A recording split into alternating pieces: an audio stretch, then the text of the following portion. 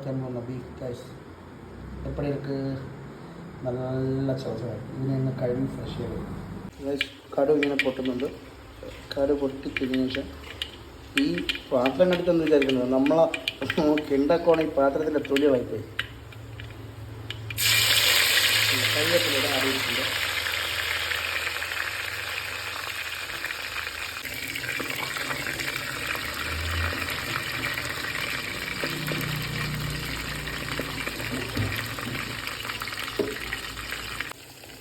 ഇതിലോട്ട് പിന്നെ ഇട്ടത് നമ്മുടെ സവാള അരിഞ്ഞ് വെച്ചിട്ടുണ്ട്, തക്കാളി, മുളക്, പിന്നെ ഇഞ്ചി, വെളുത്തുള്ളി, ഇത്രയും കൂടെ ആദ്യം ഇടും. കറിവേപ്പിലിടും.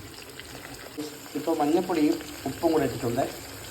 ഇനി ഇതിനൊന്ന് നന്നായി ഇങ്ങനെ ചെറിയ ഇടത്തിൽ ഇങ്ങനെ ഇളക്കണം. അയ്യോ ഇത് ഒരു കൈ ഞാൻ ഒറ്റയ്ക്കാണ് കേട്ടോ എല്ലാം ചെയ്യുന്നത്.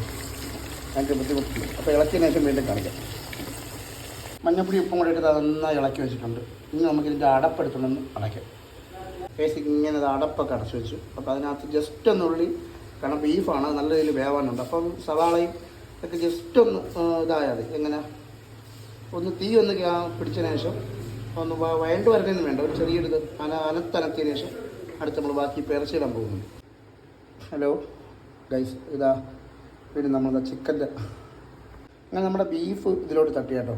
അപ്പോൾ ഞാൻ ഒറ്റയ്ക്കാണ് ഈ വീഡിയോ എടുക്കുന്നത്. അതിൻ്റേതായ ഒരു ബുദ്ധിമുട്ടുണ്ട്.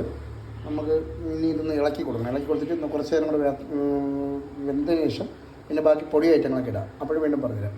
ഇതിപ്പോൾ 1 കിലോ 1.5 കിലോ അകത്ത് ബീഫുണ്ട്. അപ്പം 2-2.5 ഗ്ലാസ് വെള്ളം ഒഴിക്കണം കേട്ടോ. ഈ പൊടി ഐറ്റമൊക്കെ ലാസ്റ്റ് നമുക്ക് ചേർക്കാം. ഞാനിപ്പോൾ മുളക് പൊടി, മല്ലിപ്പൊടി, മഞ്ഞൾപ്പൊടി, പിന്നെ നമ്മുടെ ഈ പെരിഞ്ചീരകം, ഗരം മസാല എന്ന് പറയില്ലേ, അത് മറ്റേ പൊടിച്ചതല്ല, അല്ലാതെ ഒരു വരത്തില്ലേ, അതെല്ലാം കൂടെ പൊടിച്ച് അതിലിട്ടിട്ടുണ്ട്. അത്ര ഇനി വറ്റിയെടുക്കും നല്ല അടിപൊളി. ഇതാണിപ്പോൾ കഴിക്കാൻ വേണ്ടി നമ്മൾ എടുക്കുന്നുണ്ട്. ആയിട്ടുണ്ട്. കണ്ടില്ലേ, ഒറ്റയ്ക്കായതുകൊണ്ടാണ് കേട്ടോ ഇങ്ങനൊരു വിഷയം.